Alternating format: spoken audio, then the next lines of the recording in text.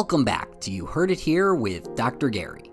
I'm Gary, one of the clinical audiologists and a proud part of the ownership team here with Advanced Hearing Group in Scottsdale, Arizona. This is earwax removal vlog number 52. In today's episode, I'm going to be removing wax from a severely impacted ear. This patient is suffering from fullness as well as hearing loss. They literally push the earwax all the way back to the eardrum. I have to very gently and carefully use the curette to pull the earwax out, relieving the pressure and restoring the patient's hearing. They are a poster child for why we should not be putting Q-tips in our ears.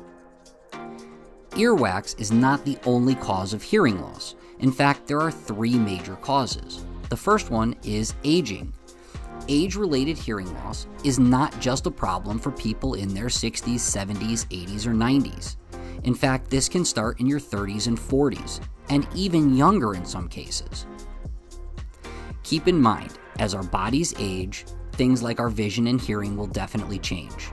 We tend to put our hearing off and ignore it as long as possible. Unless there's a sudden change from one day to the next, you may not even notice the difference. But believe me, those people around you, they all do. Age-related hearing loss is not just a problem for senior citizens. It's a problem that affects all adults. The second is genetics. There are two different types of genetic hearing losses. There are the type of genetic hearing losses that come at birth. Obviously, these children have a genetic type of hearing loss. And the second is a genetic predisposition for hearing loss. Basically meaning that you are more likely to get hearing loss as you age or as you spend more time in noisy situations. Both are equally important.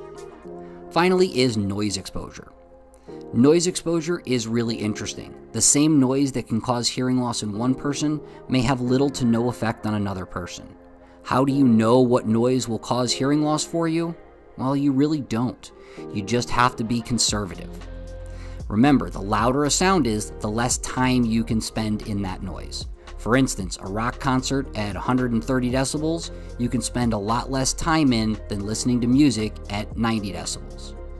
Take a look at that eardrum now that we got everything off it. This has been You Heard It Here with Dr. Gary. Thank you for watching. We'll see you in the next video.